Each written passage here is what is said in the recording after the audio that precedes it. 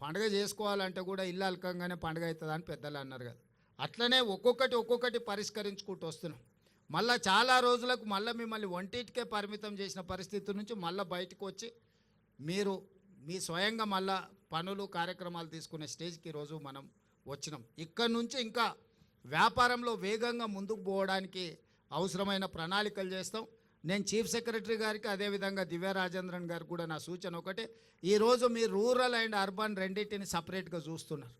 Rural urban లేదు. తెలంగాణలో మహిళల ఒక్కటే. కార్పొరేషన్లో హైదరాబాద్లో ఉంటే ఒక రకము, లేకపోతే ఇవాళ నారాయణపేటలో ఉంటే ఇంకో రకం కాదు. మహిళలు అంటే తెలంగాణలో మహిళలందరూ ఒక్కటే. దీన్ని మొత్తం ఒకటే విధానంతో తీసుకొని ముందుకు రావాలి. దీనికి సంబంధించి ఒక ప్రత్యేకంగా మొత్తం వ్యవస్థను ఏర్పాటు చేయాలి. హైదరాబాద్లో ఉన్న వాళ్ళు ఎవరు? మా నారాయణపేట మక్తల్ నుంచో, లేకపోతే దేవరకద్ర నుంచో, కొడంగల్ నుంచో, లేకపోతే కల్వకుర్తి అచ్చంపేట నుంచో, మక్తల్ నుంచి పోయిన వాళ్ళే హైదరాబాద్లో ఉన్నారు. ఎవరు ఉన్నా మన చుట్టాలే కదా, మనోళ్ళే కదా ఎవరైనా, ఇక్కడైనా అక్కడైనా. అందుకే ఇప్పుడు అర్బన్ వేరు, పట్టణ ప్రాంతాలు వేరు, గ్రామీణ ప్రాంతాలు వేరు, మహిళా సంఘాలు కానీ గత ప్రభుత్వం నిర్ణయాలు ఉన్నాయి. ఇప్పుడు అట్లా కాకుండా మహిళలు అంటే మహిళలందరూ ఒక్కటే. తెలంగాణ రాష్ట్రంలో 1 కోటి మంది మహిళల్ని స్వయం సహాయక సంఘాలలో సభ్యులుగా మార్చాల్సిన అవసరం ఉన్నది. మన చుట్టాలు ఎవ్వరున్నా సంఘాలలో చేర్చండి. 1 కోటికి మనం చేర్చుకోవాలి. ఏదో ఒక రోజు అవకాశం వచ్చే రోజు అందరు మహిళల్ని హైదరాబాద్లో మహిళా శక్తి ఔటర్ రింగ్ రోడ్ మొత్తం మన 1 కోటి మంది మహిళల్ని ఔటర్ రింగ్ రోడ్ మొత్తం మీద మొత్తం అందరం మనం వచ్చి మన శక్తి మన బలాన్ని ప్రదర్శించేటట్టు చేద్దాం. ఆ రోజు అరుణమ్మ గారి సహకారంతో ప్రధానమంత్రిని కూడా పిలుద్దాం. తెలంగాణ మహిళా శక్తిది, మాకు నిధులు ఇవ్వండి. మా ఆడబిడ్డలకు ఇస్తారు, కేంద్ర ప్రభుత్వం ఇవ్వాల్సింది కదా, ఇవ్వాలని నేనేమో అంటలే. నేను సో కేంద్ర ప్రభుత్వం నుంచి కూడా మనం సహకారం తీసుకుందాం. ఇది రాష్ట్ర కేంద్ర ప్రభుత్వాలు ఇచ్చిపుచ్చుకునే ధోరణిలో ఉండాలి. ఎన్నికలు వచ్చినప్పుడే రాజకీయాలు, మిగతా సమయంలో అభివృద్ధిలో వాళ్ళ వాటా వాళ్ళు, అత్తగారింటి నుంచైనా తల్లిగారింటి నుంచి అయినా ఏదైనా పిల్లల మంచి కోసం వస్తుందంటే వద్దనేదే ఉంది. ఇప్పుడు అరుణమ్మకు ఇది తల్లిగారిలు, అవతల అత్తగారిలు. తల్లిగారింటికి ఏం తెచ్చినా అత్తగారింటికి ఏం తెచ్చినా మనం ఏం వద్దనేది లేదు. ఇంకా ఎక్కువ నిధులు తీసుకురావాలి అరుణమ్మ గారు. మనం అవసరమైనప్పుడు మనందరం కలిసి ఒక తాటి మీద నిలబడాలి. మన ప్రాంతాన్ని అభివృద్ధి చేసుకోవాలి.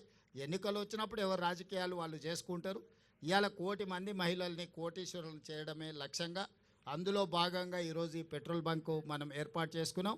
నా సూచన, ఆల్రెడీ మనం జిల్లా మహిళా సమాఖ్యలకు బంగ్లాలు ఇచ్చినట్టున్నాము కట్టుకోవడానికి. అవి వేగంగా 5 కోట్లు ఒక్కొక్క జిల్లా మహిళా సంఘ భవనానికి ఇచ్చినాం. ఇవే కాకుండా ప్రతి జిల్లాల మొదటి స్థానంలో సిఎస్ గారు అన్ని జిల్లాలలో ఒక జిల్లాకు ఒక్కటి పెట్రోల్ బంకులు ఇచ్చి ఏర్పాటు చేయాలి. ప్రభుత్వ భూములను ఎక్కడెక్కడ ఉన్నాయో వేయండి. మంచిగా బాగా వ్యాపారం జరిగే దగ్గర చూసి వాళ్ళకు ప్రభుత్వ భూమి ఇద్దాం. దానికి అవసరమైన పెట్టుబడులు ఆ బీపీఎల్ కానీ ఐఓసి కానీ ఏ కంపెనీలు ఉంటే ఆ పెద్ద కంపెనీలతో మాట్లాడదాం. అరుణమ్మ గారి సహకారం కూడా తీసుకుందాం. ఎందుకంటే కేంద్ర ప్రభుత్వానికి సంబంధించిన సంస్థలు అవి, వాళ్ళ నుంచి కూడా పెట్రోల్ కానీ దీనికి కానీ ఏమేం కావాలనో మొదట జిల్లా స్థాయిలో చేద్దాం. తర్వాత కనీసం ఒక్కొక్క అసెంబ్లీకి ఒక్కటన్నా మనం ఈ పెట్రోల్ బంకులు పెట్టించేస్తే ఆ లోకల్ సమైక్యాలకు ఆర్థిక సమస్యలు తీరుతాయి. వాళ్ళ నిర్వహణ కోసం కానీ, వాళ్ళ ఇల్లు అంటే వాళ్ళ ఆఫీస్ కానీ, వాళ్ళ రెగ్యులర్ మీటింగ్లకు కానీ ఎలాంటి ఇబ్బంది లేకుండా ఉంటుంది.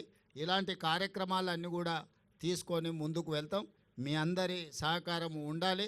అభివృద్ధిలో ఏది ఉన్నా నిస్సంకోచంగా అడగండి. పర్ణికమ్మ ఇక్కడ స్థానిక ఎమ్మెల్యే గారు మొదటి నుంచి వాళ్ళ తాతగారి నుంచి కూడా ఈ ప్రాంతానికి సేవలు అందించిన కుటుంబాలవి. వారి చిట్టెం నర్సిరెడ్డి గారి నుంచి వారి వరకు 3వ తరంలో ఈరోజు ప్రజాసేవలో వాళ్ళు ఉన్నారు. వాళ్ళ తండ్రి వెంకటేశ్వర రెడ్డి గారు ప్రజాసేవలోనే వాళ్ళు చనిపోవడం జరిగింది. ఆ కుటుంబం మొదటి నుంచి మీకు అండగా నిలబడ్డది. అన్ని రకాలుగా మీకు అండగా భవిష్యత్తులో కూడా ఉంటారు. ఆ కుటుంబాన్ని కూడా మీరు ఆదరించండి. భవిష్యత్తులో మీకు ఎన్ని రకాల సహకారం రాష్ట్రం ప్రభుత్వం వైపున అందిస్తా. రేపు స్కూల్లో వచ్చే లోపల స్కూల్ డ్రెస్సులు కానీ, స్కూళ్ళ నిర్వహణ, అన్నిటికంటే ముఖ్యంగా మన పిల్లల భవిష్యత్తు చదువు మీదనే ఆధారపడ్డది. చదువుకుంటే జీవితంలో అన్నీ సాధించవచ్చు. మన పాఠశాలల్లో టీచర్లు రాకపోయినా, టీచర్లు లేకపోయినా, పాఠశాలలో వసతులు లేకపోయినా, మన ఆడపిల్లలకు బాత్రూమ్లు గిన ఏం లేకపోయినా మీరు అడిగి కలెక్టర్లను కలిసి అడిగి చేయించుకొని వాటిని కట్టించుకోవడమే కాదు, వాటిని నిర్వహించుకోవడం కూడా మన బాధ్యత. కట్టుకొని మనం గాలికి వదిలేస్తే ఊర్లో వాళ్ళు వీళ్ళు అది పాడు చేసేస్తే మన పిల్లలకి ఇబ్బంది అవుతుంది. ఊర్లు పెరిగిపోయినాయి, ఆడపిల్లలు ఎక్కడ బయటికి పోలేని పరిస్థితి ఉంటుంది.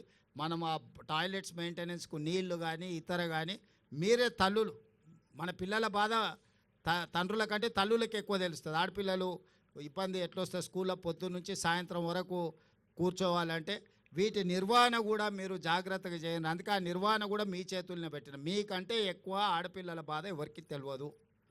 ఆ ఆడపిల్లలు బడిలో ధైర్యంగా చదువుకోవాలంటే వాళ్ళకి కావాల్సిన వసతులు మనం చూడాలి. నిధులు నేను ఇస్తా, నిర్వహణ మీరు చేసుకోవాలి. నిర్వహణ సరిగ్గా చేయకపోతే నిధులు ఇచ్చినా ప్రయోజనం ఉండదు. నిర్వహణ మీ చేతిలో పెట్టుకోరు. టీచర్లు రాకపోతే రాసుకోండి, కలెక్టర్కి పోయి చక్కగా ఫిర్యాదు చేయండి. ఎందుకంటే ఒక్కొక్క టీచర్కు మనం 1,50,000 జీతాలు ఇస్తున్నాం. ఆ సార్లను పిలిపించుకుంటేనే మన పిల్లలకు చదువు వస్తుంది. సార్లు రాకపోతే మనం ప్రభుత్వం ఎన్ని పెట్టినా మనకేం ప్రయోజనం లేకుండా పోతుంది. కాబట్టి పాఠశాలల మీద ప్రత్యేకమైన దృష్టి పెట్టుంది. మన ఊర్లో ఉన్న పాఠశాల మంచిగా ఉండాలి. మనం గుడి కోసం ఎన్ని రకాలుగా ఊర్లో మనం ఏర్పాట్లు వేసి అందరం కలిసికట్టుగా తలా 10 రూపాయలు వేసి గుడి కట్టుకుంటున్నాం. గుడి లేకపోతే, గుళ్ళే పూజారి లేకపోతే మనమే 10 రూపాయలు జమ వేసి పూజారికి జీతభత్యాలు ఇచ్చి మనం పని చేసుకుంటున్నాం. ఊడ్చేటోళ్ళు లేకపోతే మనమే ఒకరం వంతుల వారిగా గుడి ఊడ్చుకుంటున్నామా? మరి అదే విధంగా బడిని కూడా మనం అట్లా నిర్వహించుకోవాలి. గుడిని ఎంత పవిత్రంగా మనము నిర్వహించుకుంటున్నాం, బడిని కూడా అదే విధంగా నిర్వహించుకుంటే మన పిల్లలకు చదువు వస్తుంది. కాబట్టి వీటన్నిటిని కూడా బాగా చేసుకోండి అని తెలియజేస్తూ మీ అందరి దగ్గర సెలవు తీసుకుంటున్నా. ధన్యవాదాలు అక్క జలేంద్ర.